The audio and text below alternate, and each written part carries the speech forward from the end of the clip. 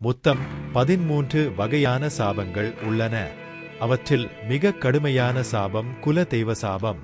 குல தெய்வ சாபத்தை எப்படி கண்டுபிடிப்பது? அதற்கான பரிகாரம் என்ன தெரியுமா? குல தெய்வ சாபம் எதனால் ஏற்படுகிறது? நமது ஜாதகத்தில் குல தெய்வ சாபம் இருக்கிறதா என்பதை கண்டுபிடிப்பது எப்படி?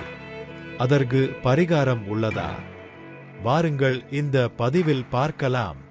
நமது முன்னோர்கள் வழிவழியாக வணங்கும் ஒரே தெய்வம் குலதெய்வமாகும். அனைத்து தெய்வங்களை காட்டிலும் குலதெய்வத்திற்கு சக்தி அதிகம். யமன் கூட ஒருவரின் உயிரை பறிக்க நினைத்தால் கூட குலதெய்வத்தின் அனுமதி பெற்றே பறிப்பார். இப்படி பல அபூர்வ சக்திகளை கொண்ட குலதெய்வத்தின் சாபம் ஏன் ஏற்படுகிறது தெரியுமா? ஒருவரது வம்சாவளியில் வரும் தாத்தா பாட்டி தாய் தந்தையர் போன்றோர்கள் குலதெய்வத்திற்கு செய்ய வேண்டிய வருடாந்திர பூஜையை முறையாக செய்ய தவறினாலோ, குலதெய்வத்தை அடியோடு மறந்து வேறு இஷ்ட தெய்வங்களை மட்டுமே வணங்க தொடங்கி குலதெய்வ கோயிலிற்கு செல்வதை முற்றிலும் தவிர்த்துவிட்டாலோ குலதெய்வத்தின் சாபம் நிச்சயம் ஏற்படும். குலதெய்வ சாபம் இருக்கிறதா என்பதை ஜாதகத்தை வைத்து எப்படி அறிவது?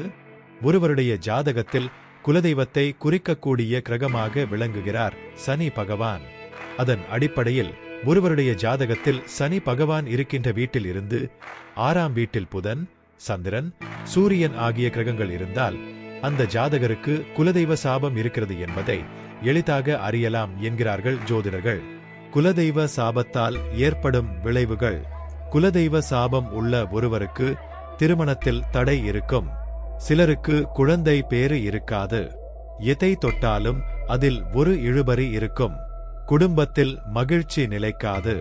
இப்படி குலதெய்வ சாபத்தால் பல துன்பங்கள் வரும். இந்த துன்பமானது நமக்கு மட்டும் இல்லாமல் நமது சந்ததியினருக்கும் தொடரும். நம்மோடு இந்த சாபம் முடிந்து நமது சந்ததியினருக்கு இது தொடராமல் இருக்க சாப நிவர்த்தி செய்வது அவசியம். குலதெய்வ சாபத்திற்கான பரிகாரம். நம்முடைய குலதெய்வம் யார் என்பதை அறிந்திருந்தால் குலதெய்வ சாப பரிகாரம் என்பது மிக எளிதாக இருக்கும். குலதெய்வம் பற்றி அறியாதவர்கள் முதலில் குலதெய்வத்தை அறிவது அவசியம். பின் நம் முன்னோர்கள் எப்படி குலதெய்வத்தை வழிபட்டார்களோ அதேபோல நாமும் குலதெய்வத்தை வழிபட வேண்டும்.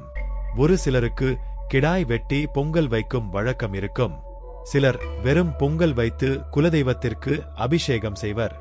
இப்படி நம் முன்னோர்கள் எந்த முறையில் குலதெய்வத்தை வணங்கினார்களோ அதே முறைப்படி நாம் வணங்க வேண்டும். நாம் இத்தனை நாள் செய்த தவறுக்காக குலதெய்வத்திடம் மன்றாடி வேண்டி நாம் கொடுக்கும் பூசையை ஏற்கும்படி கேட்க வேண்டும். இதனால் குலதெய்வம் மனம் மகிழ்ந்து நிச்சயம் நம்மை மன்னித்து ஏற்றுக்கொள்ளும்.